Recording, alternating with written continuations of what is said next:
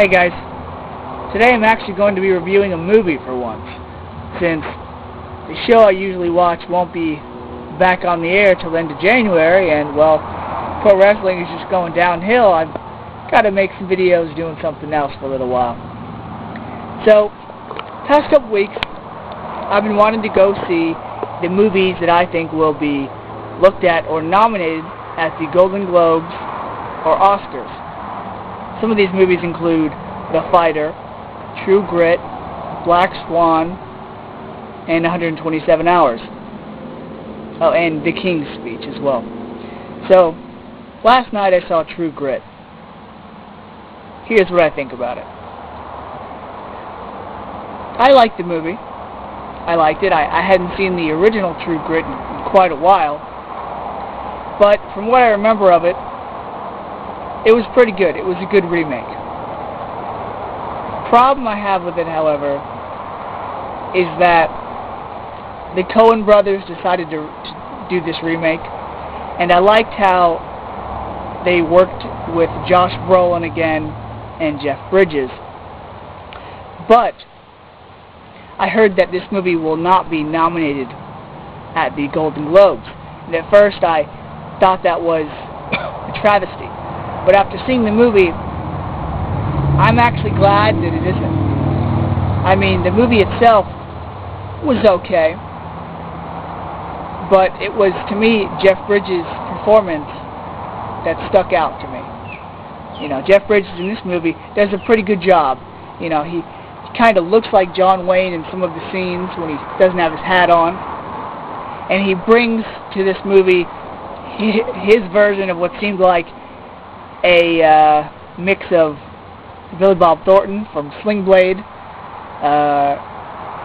Chris Christopherson, and if you guys ever watched Mad TV when Will Sasso did his Kenny Rogers impression, that's what it all seemed like. Now, his performance was funny, and it was good, but at times I just laughed because I just kept thinking about Chris Christopherson, and I thought, wow, it's almost like he's, you know, trying to impersonate somebody than come, you know, to the movie with his own version. But regardless, it was a good performance. It was.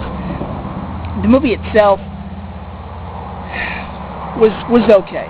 It was a lot like Appaloosa to me, where a lot of people could consider it slow and boring, but then a lot of people, on the other hand, could consider it, you know, to be a great movie. And if you haven't seen the original True Grit, you don't have to see this version, because it seems like they went along with the movie pretty well, and they, you know, took their time on recreating scenes from the original. I'll put a link in the description box to the trailer of the original, because basically that's all you have to watch to really understand this movie, because all the things in the trailer that are like the highlights of the movie, I guess you could say, are in the new one.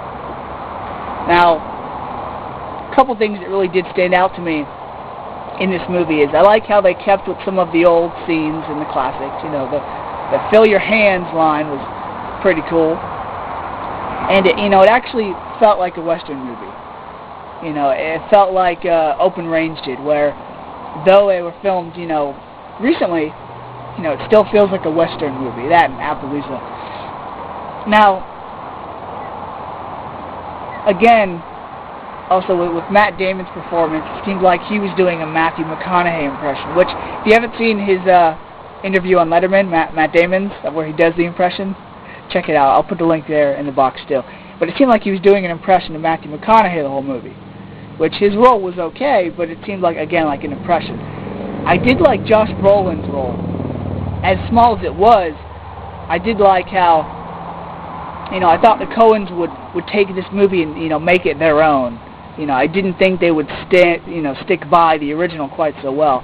I did like Josh Brolin's performance as the dim-witted Tom Chaney.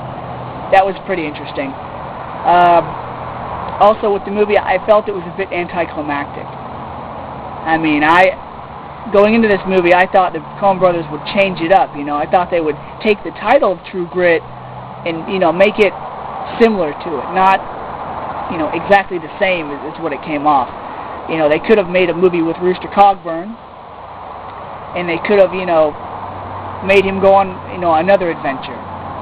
But, you know, I didn't like how it seemed like the character of Ned Pepper, played by Barry Pepper, you know, seemed like the main villain. I mean, that's the flow that the movie took. They made it seem like Ned Pepper was the main villain to Rooster Cogburn, whereas the main villain to Matty Ross was Tom Chaney. And, you know, the way Tom Chaney met his end in the movie was kind of a letdown to me. And I also really didn't care for the ending of the movie. I mean, they show Matty Ross as an adult, you know, as she reflects back on Rooster Cogburn, but I really thought they could have just, you know, had an overture of her just talking as the movie progressed, you know. But overall, I liked the movie. I didn't think it was great. To me, it was like, let's see, what's a good example?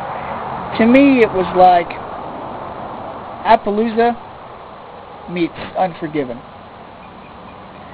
to the point where it is, you know, a action western, you know, shoot 'em up, but also, you know, aside from Rooster Cogburn's, you know, comedic parts in the movie, you know, he was serious, and he was compassionate about people, and he actually did care. And so I don't plan on giving any of these movies, you know, a rating system, which I might do, I don't know.